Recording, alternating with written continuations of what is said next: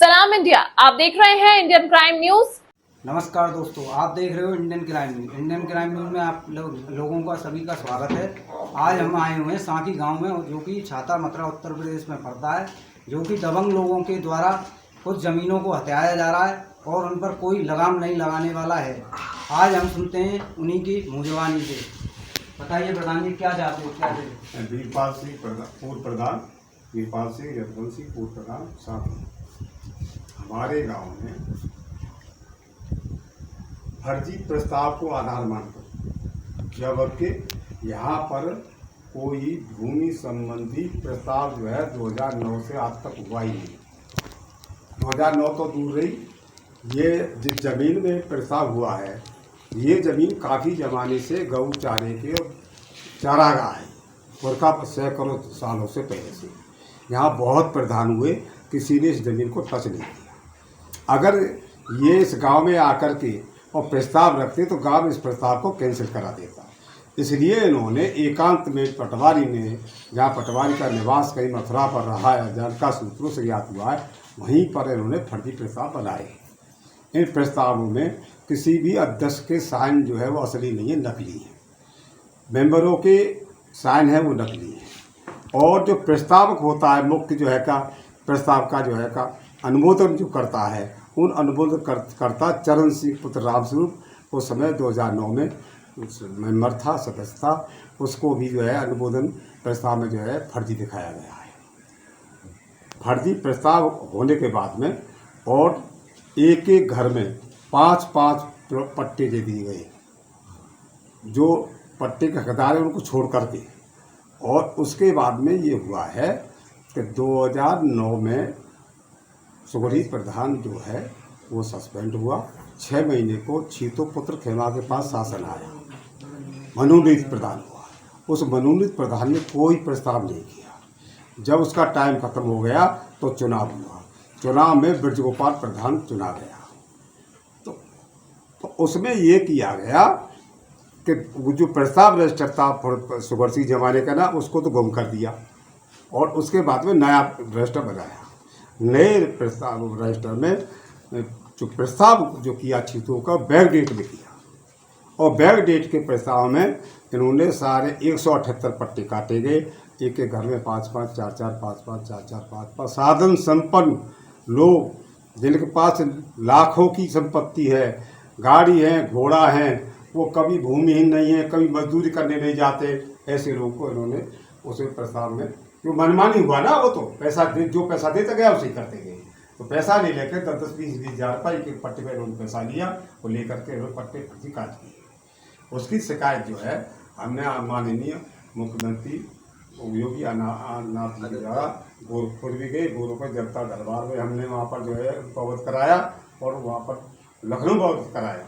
वहाँ से जांच के आदेश आए, परंतु प्रशासन का डीएम से लेकर के पटवारी तक का कोई भी आदमी ग्राम सभा में, कोई भी है गांव में आकर के कोई जांच करने नहीं आया। क्योंकि ये तो भूमि माफिया ने तहसील और जिले तक के सब अधिकारी खरीद रखे, झूठी रिपोर्ट लिखा देते हैं, वहाँ से झूठी आख्या जो है लिख करके दे देते हैं कि पट्टे सही हुए। गांव के लोगों को कितने पट्टे मिले हैं अब तक? अब गांव के लोगों में तो ऐसा, कुछ बाहर के भी है, कुछ दूसरे प्रांतों में रहते हैं, कुछ लोग गुजरात में नौकरी कर रहे हैं, कुछ फरीदाबाद में नौकरी कर रहे हैं, उनके वहीं पट्टे का नाम है, वोटर लिस्ट में नाम है, वहीं राशन लिस्ट में नाम है, समझे ना। गांव नाती से यहाँ भी उनके नाम थे, तो उन्होंने जो है यहाँ आकर के पट्टे कटवा, उनके नाम से पैसे दिए, पट्टे कटे और बेच करके चले गए। सारा फर्जी। मैं कह रहा हूँ खेती करने के लिए दिए जाते पट्टे, बेचने के लिए नहीं। यहाँ तो जो है जब तक संक्रमण ही नहीं हुए तभी से लोगों ने बेचना शुरू कर दिया।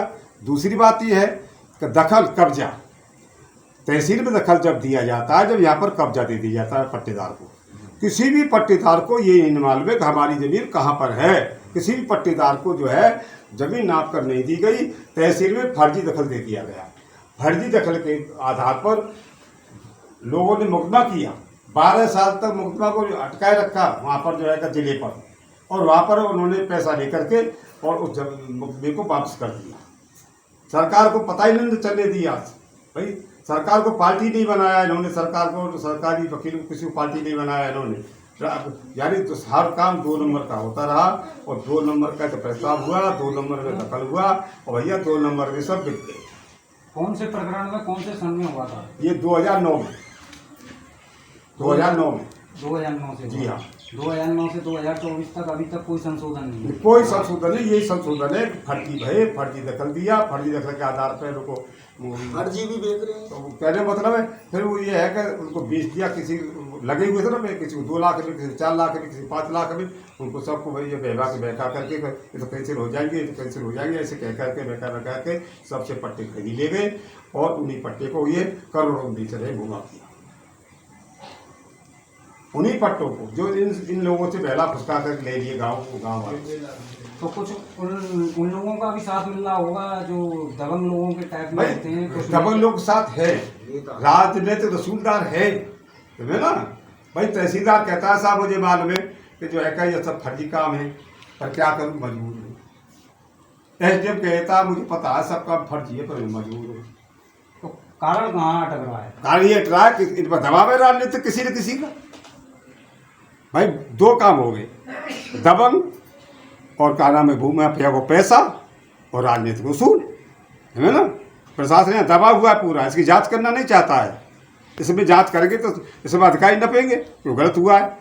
तहसीलदार इसमें, कानूनी इसमें, पटवारी इसमें, एसडीएम इसमें, और एडीएम प्रशासन भी इसमें फंसा हुआ है। तो सारा सब कुछ मिला के फर्जीवाड़ा है, टोटल फर्जीवाड़ा।